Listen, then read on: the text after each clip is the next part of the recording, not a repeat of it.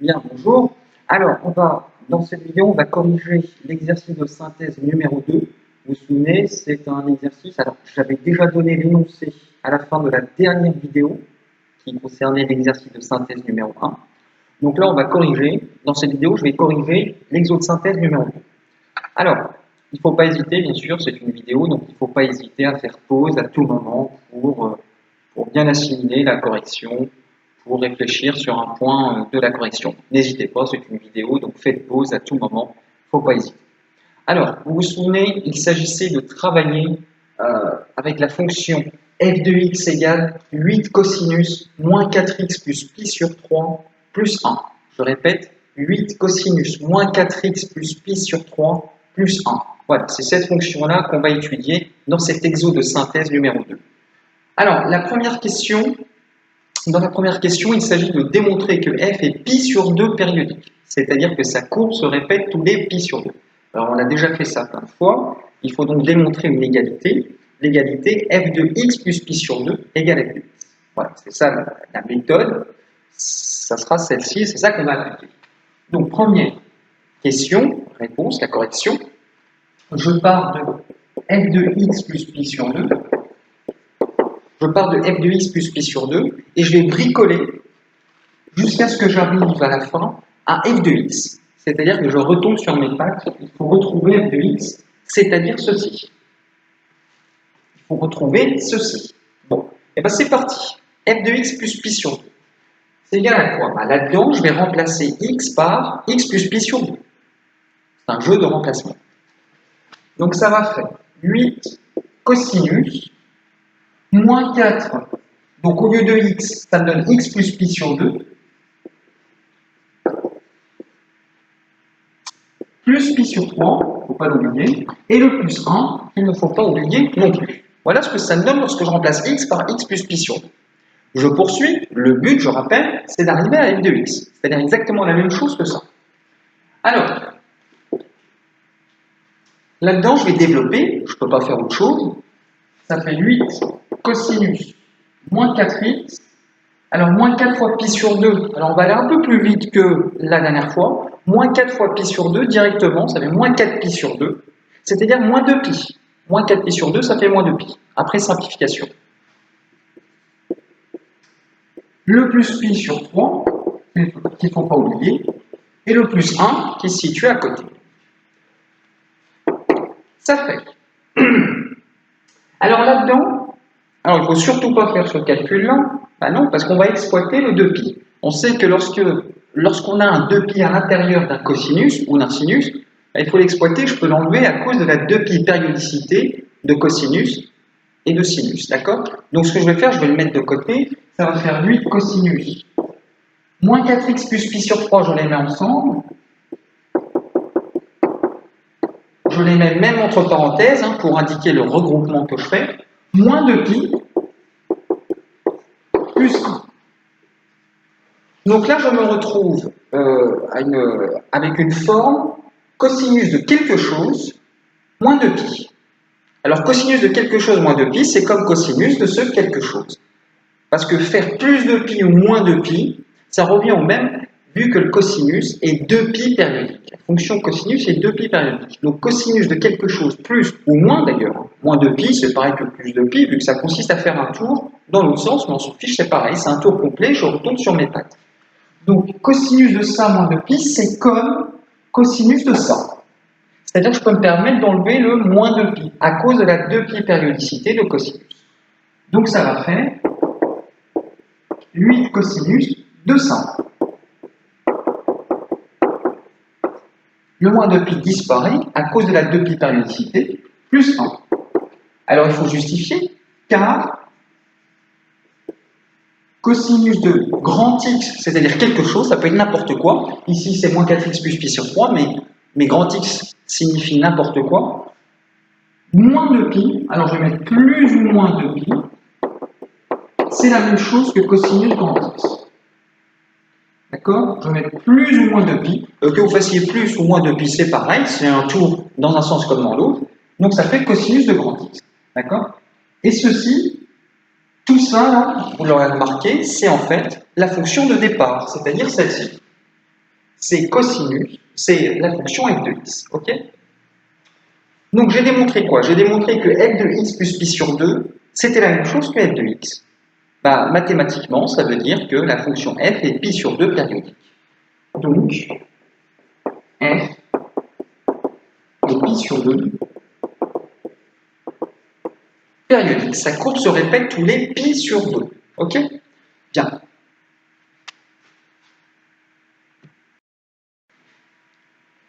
Alors, on va passer à la correction de la deuxième question.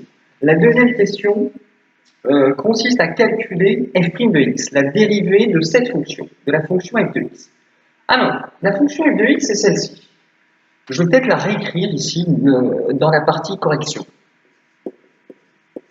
Donc 8 cosinus moins 4x plus pi sur 3 plus 1. Bien. Alors, pour dériver ça, donc on va s'y prendre morceau par morceau. On va s'y prendre par étapes. La dérivée de tout ça, c'est quoi? Ça va faire la dérivée de ce gros morceau plus la dérivée de 1. Alors, dérivée de 1, ça ne pose pas de problème. Ça fait 0, c'est une constante. La dérivée de ce morceau-là, bah, ça va faire 8 fois la dérivée de cette partie en cosinus. Parce que 8, c'est une constante multiplicative. C'est comme 8x carré. Vous faites 8 fois la dérivée de x carré, 8 fois 2x. Bah là, c'est 8 fois quelque chose, donc la dérivée, on va faire 8 fois la dérivée du morceau en cosinus. Bien. Donc, autrement dit, le morceau difficile, entre guillemets, c'est le morceau en cosinus. Tout ceci. Donc, qu'est-ce qu'on va faire dans une première étape? On va calculer la dérivée de ce morceau en cosinus. Et une fois qu'on l'aura, il suffira de faire, pour calculer la dérivée de toute la fonction, il suffira de faire 8 fois le morceau qu'on aura trouvé, la dérivée de ce morceau, plus 0, la dérivée de 1. D'accord? Donc, première étape, on va s'occuper du morceau en cosinus. Donc, la dérivée de cosinus moins 4x plus pi sur 3. La dérivée du morceau en cosinus. Alors, comment dériver ceci? Eh bien, ça, en fait, il faut remarquer que c'est une composée de deux fonctions. C'est la fonction cosinus composée avec la fonction moins 4x plus pi sur 3. C'est-à-dire cosinus qui mange moins 4x plus pi sur 3. Donc, on va écrire que ça, c'est en fait u de v de x. U de v de x, c'est-à dire u composé avec v. U, c'est quoi? C'est la fonction qui mange, mangeuse, donc cosinus.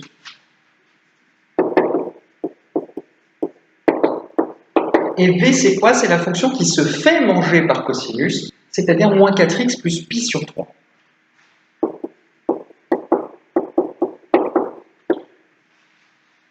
Alors, je vous rappelle la dérivée d'une composée de deux fonctions, u de v de x.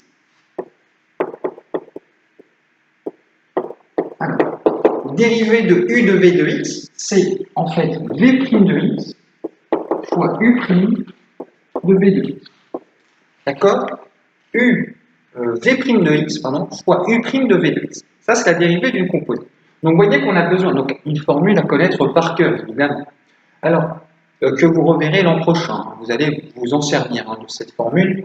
Alors, j'ai besoin de u' et de v'. U', c'est quoi? Ben, j'aurais peut-être dû le mettre avant. U', c'est la dérivée de cosinus à connaître par cœur, c'est moins sinus de x. V', c'est la dérivée de moins 4x plus pi sur 3 facile, ça donne moins 4. Moins 4. Et bien c'est parti, je vais appliquer cette formule. Donc la dérivée du morceau en cosinus, là, donc de la composée, ça donne moins 4 v' de x fois. Alors fois quoi? U', c'est moins sinus de x, mais qui doit se composer avec v de x. C'est-à-dire moins sinus qui mange moins 4x plus pi sur 3. Donc ça donne fois moins sinus, donc le moins sinus qui mange ceci, moins 4x plus pi sur 3. Voilà ce que ça donne lorsque j'applique littéralement ma formule. Alors ça fait, on va arranger ça parce que c'est pas très joli, moins par moins ça fait plus, parce que là c'est un produit, ça fait plus, donc ça fait 4 sinus moins 4x plus pi Voilà la dérivée du morceau en cosinus. C'est 4 sinus moins 4x plus pi sur 3. Bon, dorénavant, je vais pouvoir calculer la dérivée de l'ensemble de la fonction. Il suffit de faire quoi? 8 fois ce que je viens de trouver, plus 0. Alors, c'est parti. Alors, est-ce que vous voyez si j'écris en bas?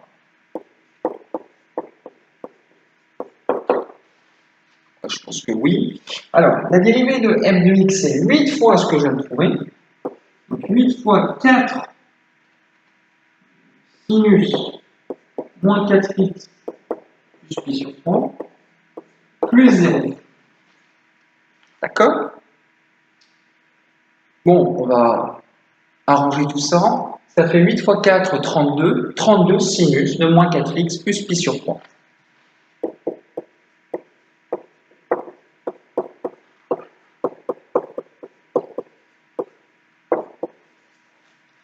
Voilà la réponse à la question. 32 sinus moins 4x plus pi sur 3. La dérivée de la fonction f de x. OK? Alors vous reprenez ça si c'est pas clair. Hein.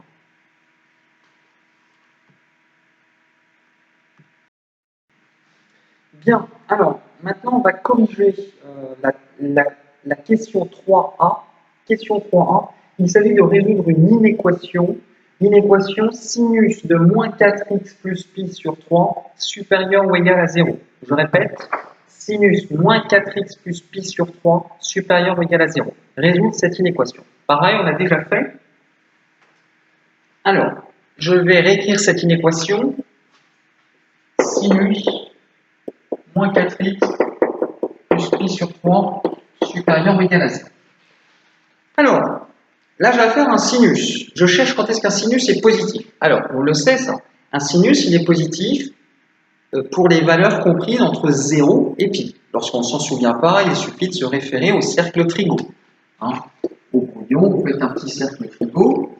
Les sinus, c'est les ordonnées. Hein, ça se lit sur l'axe vertical, les ordonnées. On voit bien que la partie qui correspond à un sinus positif, c'est celle-ci.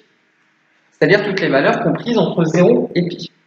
Autrement dit, alors bien sûr, il faut faire plus k de pi, parce qu'à chaque fois que je fais un tour, dans un sens comme dans l'autre, eh ben, je retombe sur un sinus positif. Alors qu'est-ce que ça veut dire, ça, positif? Ça veut dire que moins 4x plus pi sur 3, vu que c'est le sinus de ça qu'il faut prendre, ça veut dire que moins 4x plus pi sur 3 est compris, doit être compris, entre 0 et pi, plus k de pi, bien sûr. D'accord? Donc c'est ça l'idée, c'est le point de départ. Il faut dire que ça doit être compris entre 0 et pi, plus k de pi. C'est parti. Ça positif, c'est équivalent à, même chose que, si et seulement si, moins 4x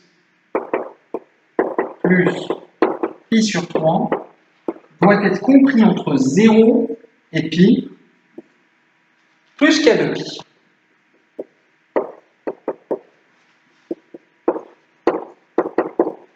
Alors le cas, je vous rappelle que c'est un entier. Ça correspond au nombre de tours que je peux faire dans un sens comme dans l'autre. Donc c'est un entier relatif, hein, qui peut être positif ou négatif, mais en tout cas un entier. Cas entier.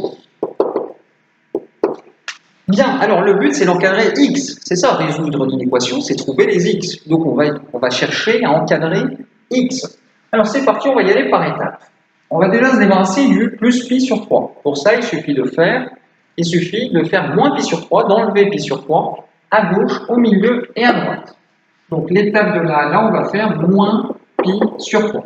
Alors c'est parti. Ici, qu'est-ce que ça me donne? Ça me donne moins pi sur 3 plus k de pi inférieur ou égal. Ici, ça me donne moins 4x, plus de pi sur 3, c'était le but. Ici, ça me donne pi moins pi sur 3. Plus k de pi qu'il ne faut pas oublier. Alors, pi moins pi sur 3, ça se calcule. Ça se calcule, c'est du calcul fractionnaire, c'est comme faire 1 moins 1 tiers. Une pizza moins 1 tiers d'une pizza, ça fait 2 tiers d'une pizza. Donc 2 pi sur 3. D'accord? Alors, C'est parti. Maintenant, je veux me débarrasser du moins 4. Du moins 4. Alors, comment se débarrasser du moins 4? J'ai moins 4x et je veux x. Bah, il suffit de diviser par moins 4. Diviser par moins 4 ou encore multiplier par moins 1 quart. C'est pareil. Multiplier par moins 1 quart. Donc, c'est parti. On va faire fois moins 1 quart. Moins 1 quart. Alors, il faut que tous les termes se multiplient par moins 1 quart. D'accord? Je répète, pourquoi fois moins 1 quart? Pour se débarrasser du moins 4. Alors, moins pi sur 3 fois moins 1 quart. Ça va faire plus pi sur 12. C'est du calcul fractionnaire. 1 quart fois 1 tiers, 1 douzième. Moins par moins, plus pi sur 12. K de pi fois moins 1 quart. Ça va faire moins K 2 pi sur 4. 2 pi sur 4. Ça fait pi sur 2. Ça simplifie. Pi sur 2.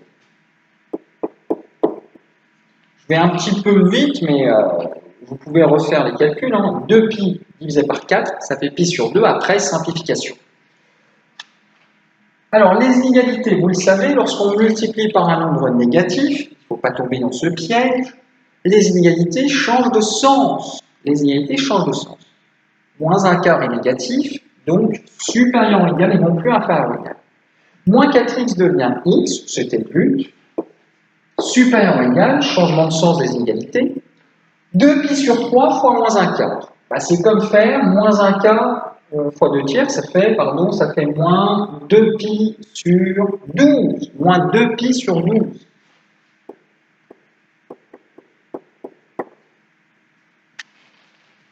D'accord? Moins par plus, ça fait moins. 1 quart fois 2 tiers, ça fait 2 douzièmes. D'accord? Ça peut se simplifier, on verra ça après. Plus K2pi fois moins 1 quart, donc ça fait moins Kpi sur 2, c'est pareil.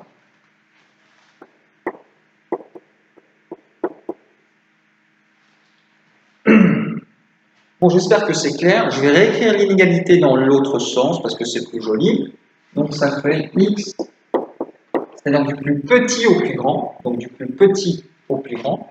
Alors ça fait moins 2pi sur 12. Alors je vais peut-être le simplifier, 2pi sur 12. Ça simplifie, ça fait pi sur 6, moins pi sur 6.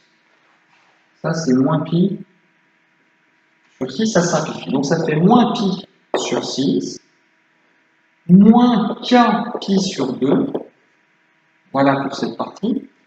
Ici, d'accord, 2 pi sur 12, ça simplifie, ça fait pi sur 6, je répète. Donc ici, ça fait pi sur 12, moins k pi sur 2.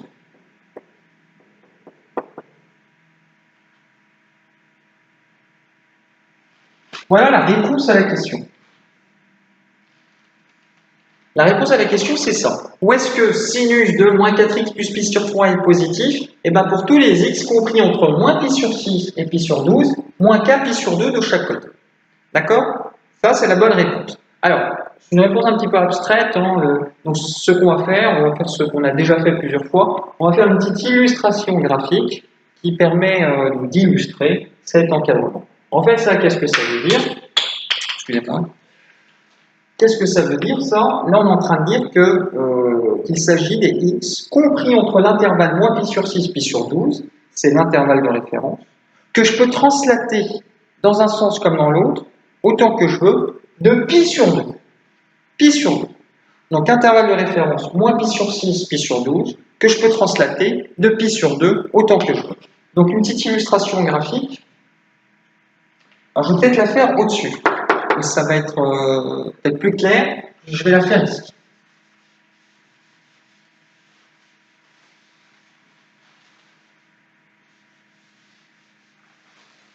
On est en train de dire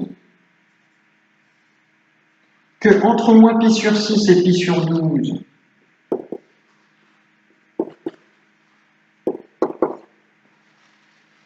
le sinus, là, moins 4x plus pi sur 3 est positif. Et puis ça redevient positif lorsque je fais plus pi sur 2 et moins pi sur 2, autant que je veux.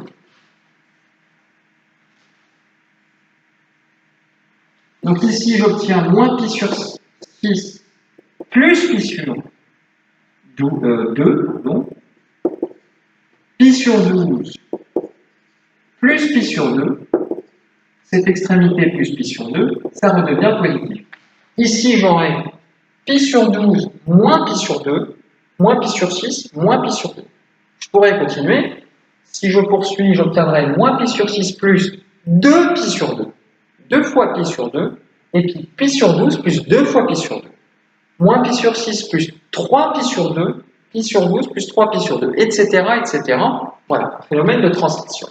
Graphiquement, on est en train de dire que la courbe, elle fait ça, ça, ça, etc., etc. Un coup, elle est au-dessus de l'axe, un coup, elle est en dessous de l'axe. Attention, on parle de cette fonction, de sinus moins 4x plus pi sur 3. Voilà la petite illustration graphique donc, qui illustre cet encadrement. Intervalle de référence, et la translation, c'est pi sur 2. Bon. Alors, on comprend pourquoi pi sur 2, ça vient de la périodicité, en fait, de la fonction f, mais on verra ça. Alors, j'espère que c'est clair. On va passer à la question suivante. Alors, on va corriger la question suivante, qui est la question 3B. 3B. Alors, il s'agit de déterminer le signe, positif, négatif, de la dérivée f' de x. Alors, je vous rappelle ce qu'on avait trouvé pour la dérivée. Je l'ai renoté ici. F' de x, la dérivée, c'est 32 sinus moins 4x plus pi sur 3. Je répète, f' de x, la dérivée, c'est 32 sinus moins 4x plus pi sur 3. Alors, comment faire pour trouver le signe de ce machin-là? Ben, c'est pas compliqué. J'ai 32 fois quelque chose. Alors, dérivé d'un produit, donc je fais déjà le signe de 32. En fait, ce que je peux faire un tableau de signes.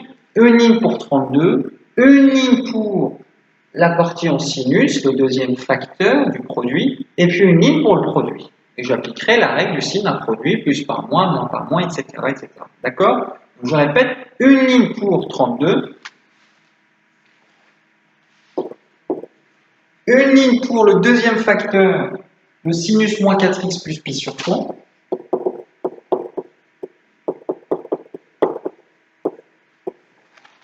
et une ligne pour le produit, donc la dérivée. La dérivée, c'est le produit des deux.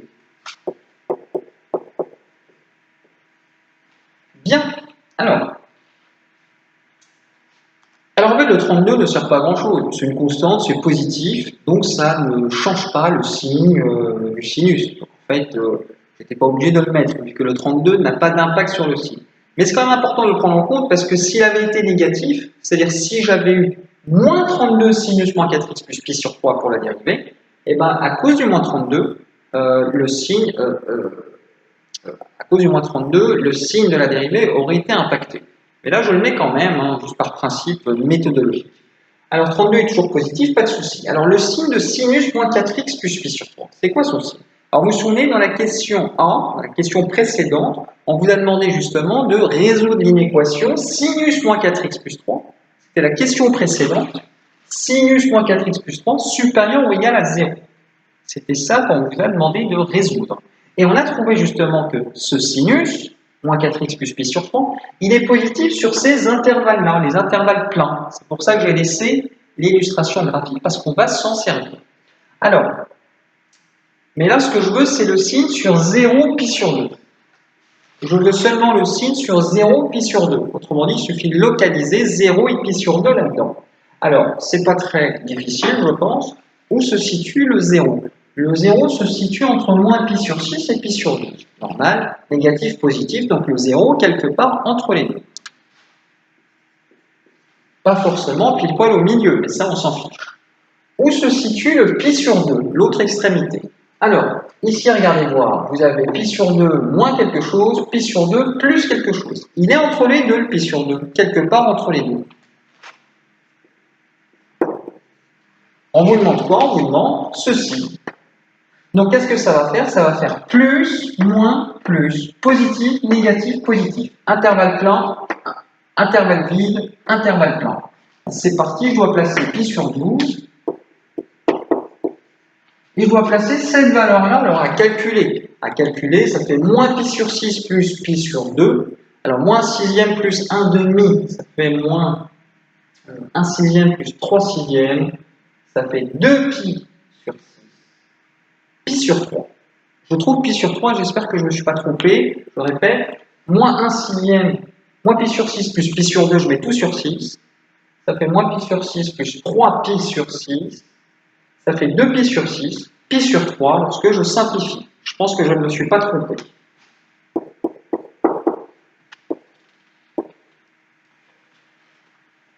Donc ça, c'est les valeurs où ce sinus s'annule.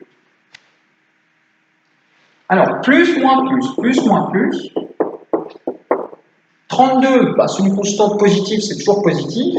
Une fois plus, faites attention, parce que si j'avais eu moins 32, bah, j'aurais mis moins partout, et du coup, ça change le signe.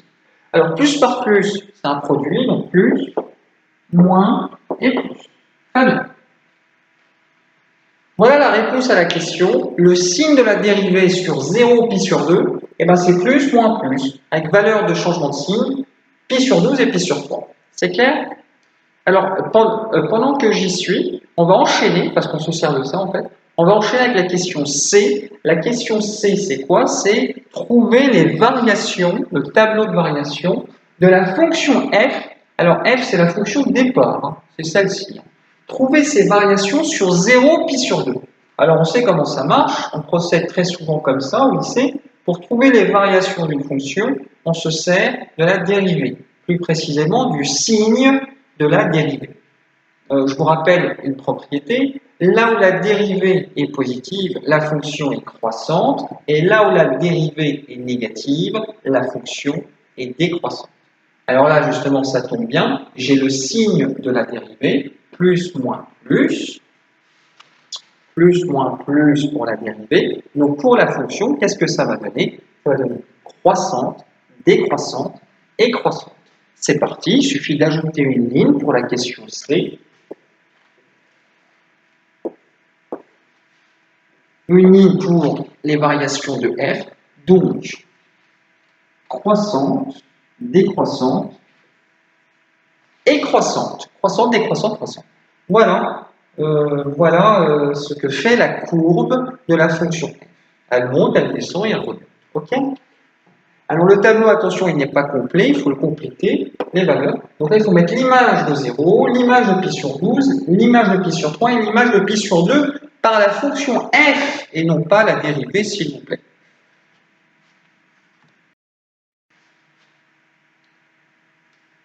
Alors, pour compléter ce tableau, c'est-à-dire trouver les images ici par la fonction f. Bon, on peut faire des calculs à la main, donc on calcule des images, on remplace x par 0 là-dedans et on fait le calcul, etc., etc.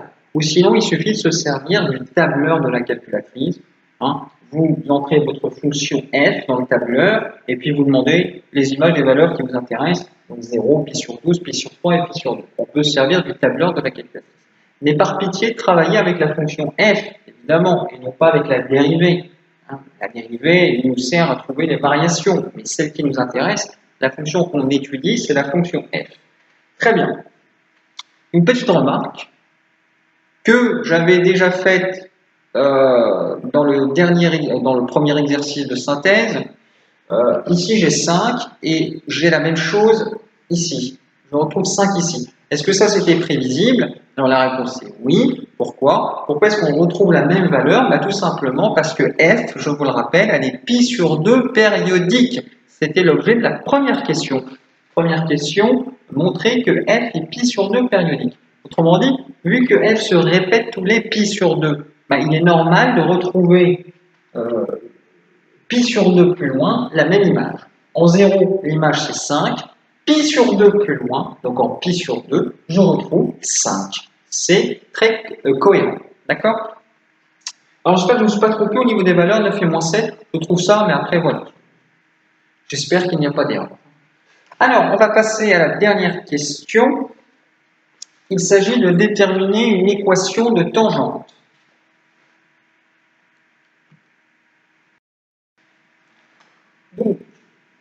Donc, il s'agit de déterminer une équation de tangente, l'équation de la tangente à la courbe de f en x0 égale 0.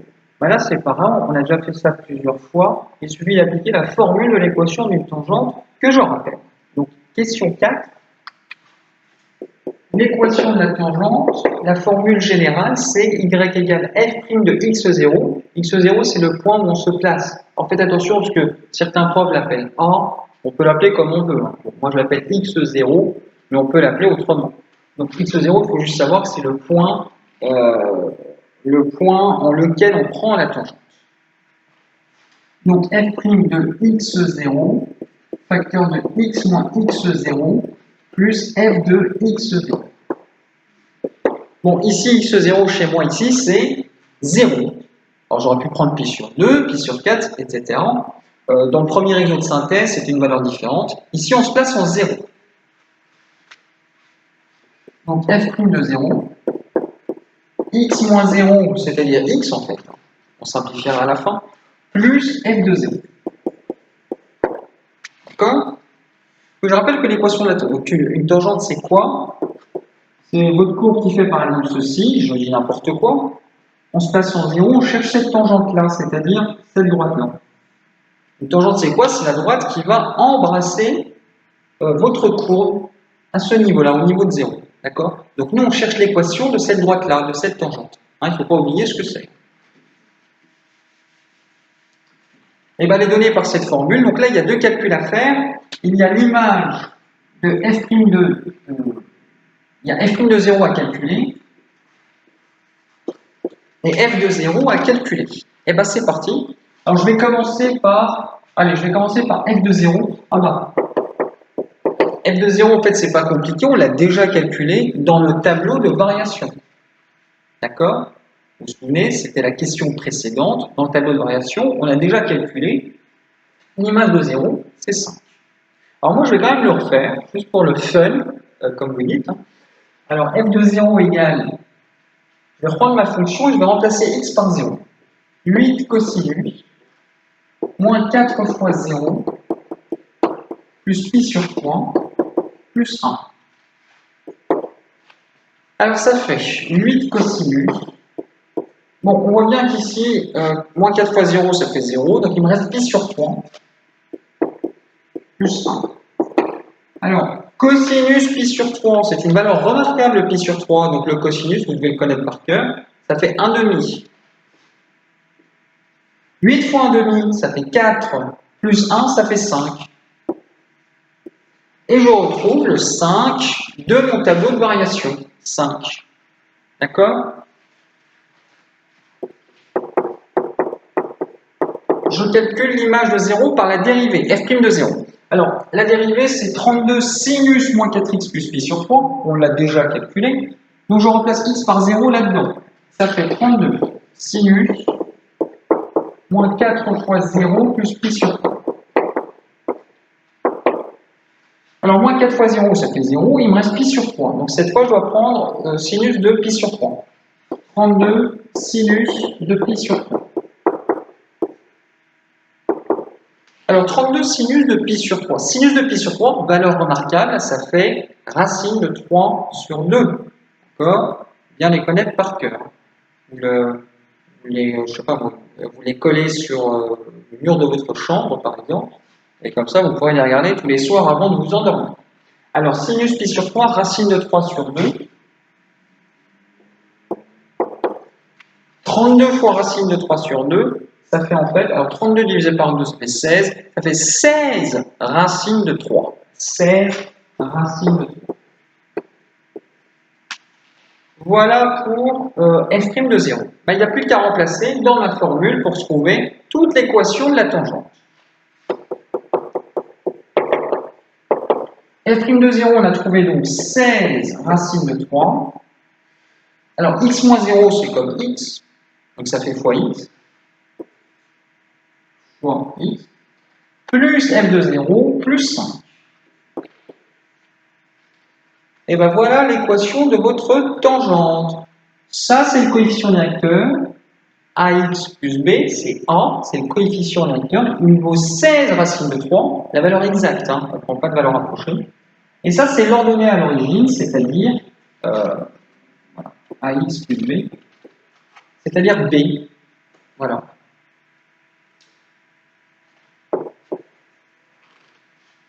J'espère que vous avez compris.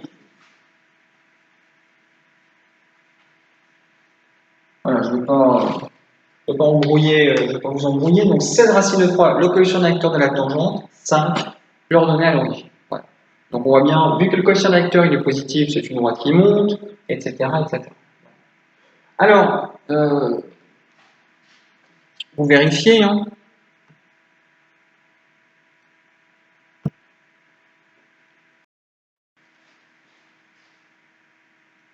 Alors, et enfin, il faut savoir que lorsqu'on étudie une fonction, c'est-à-dire lorsqu'on cherche à savoir à quoi ressemble sa courbe, etc., eh ben on peut vérifier, ça c'est l'avantage, on peut vérifier à la calculatrice.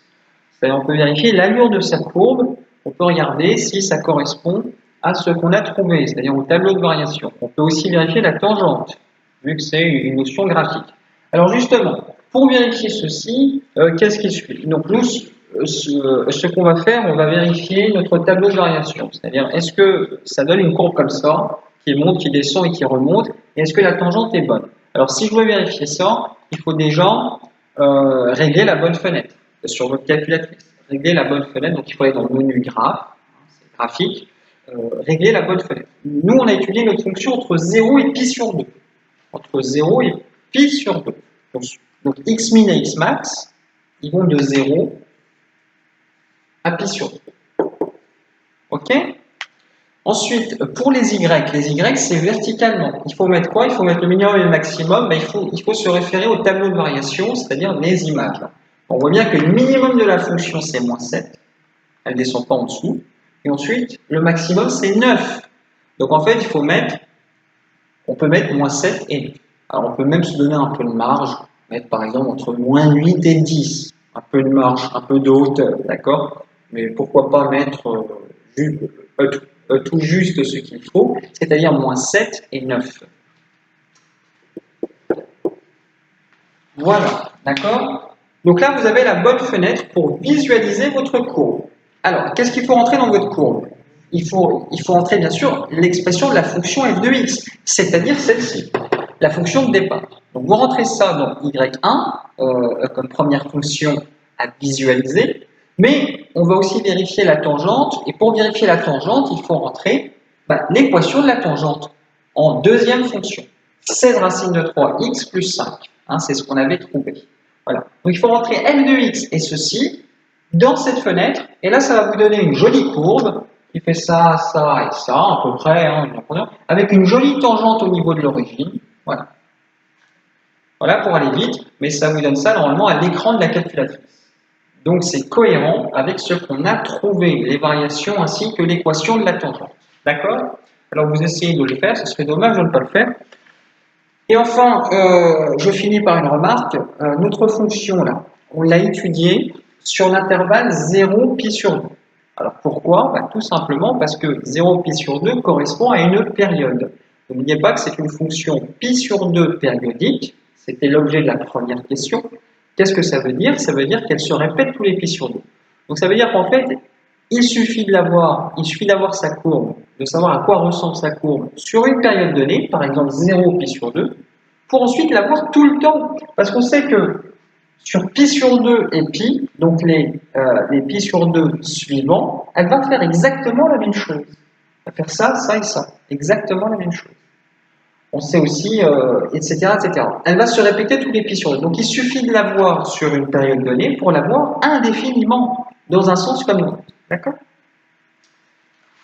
Donc là, elle va se répéter, hop, hop, hop, hop, hop, hop, elle va se répéter indéfiniment. C'est pour ça qu'en fait, c'est ce que j'avais déjà dit la dernière fois, les fonctions périodiques, l'avantage, c'est qu'il suffit de les étudier sur une période donnée pour avoir, donc on se restreint à une période, pour avoir leur courbe n'importe où en fait. D'accord? Voilà, ça c'est l'avantage des fonctions périodiques.